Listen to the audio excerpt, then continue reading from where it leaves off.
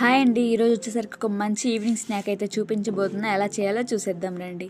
ముందుగా ఒక బౌల్లోకి 1 కప్ మైదా తీసుకోవాలి. దాంట్లో కొంచెం సాల్టు, వంట సోడాని, అదేవిధంగా 2 టేబుల్ స్పూన్ల షుగర్ని తీసుకోవాలి. షుగర్ అనేది స్వీట్నెస్ కోసం బిస్కెట్స్, అదేవిధంగా 1 టేబుల్ స్పూన్ వామ్ను కూడా తీసుకోవాలి. 2 టేబుల్ స్పూన్ల గీని యాడ్ చేసుకోవాలి. గీ లేకుంటే ఆయిల్ అయినా కొంచెం వేడి చేసి వేసుకోవచ్చు. ఇలా మంచిగా కలుపుకోవాలి. పిండి మొత్తం ఇలా ముద్ద చేస్తే ముద్ద కట్టేంత వరకు ఉంచుకోవాలి. ఇలా చేయడం వల్ల క్రిస్పీగా వస్తాయి బిస్కెట్స్. కొంచెం వాటర్ వేసుకుంటూ చపాతీ ముద్దలా కలుపుకోవాలి. ఇలా కలుపుకున్న పిండిని ఒక హాఫ్ అన్ అవర్ పాటు పక్కన పెట్టేసుకోవాలి. ఇలా మరొకసారి కలుపుకుంటూ చపాతీ పిండిని ఇలా ఈవెన్గా రోల్ చేసుకోవాలి. కొంచెం అడుగు మందంలోనే రోల్ చేసుకోవాలి.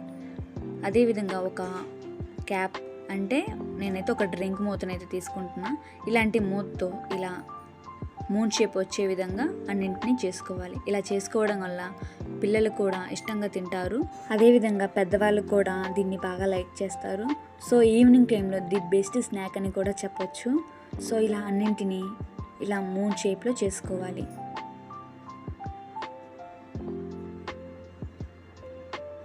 సో ఇలా పిండి మొత్తాన్ని ఇలా చేసుకొని మరొక వైపు ప్యాన్లో డీప్ ఫ్రైకి సరిపడా ఆయిల్ని వేసుకొని లో టు మీడియం ఫ్లేమ్లో పెట్టుకొని ఒక్కొక్కటిగా వేసుకోవాలి.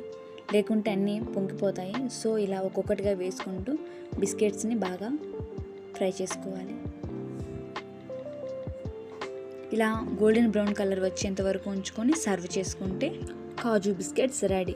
సో ఇలా చిన్నపిల్లలు కూడా చాలా ఇష్టంగా తింటారు. వీటిలో కారం చల్లుకొని తింటే ఇంకా బాగుంటాయి. సో ఇలాంటి మంచి సింపుల్ రెసిపీస్ కోసం మన ఛానల్ని లైక్ చేయండి, షేర్ చేయండి, సబ్స్క్రైబ్ చేసుకోండి.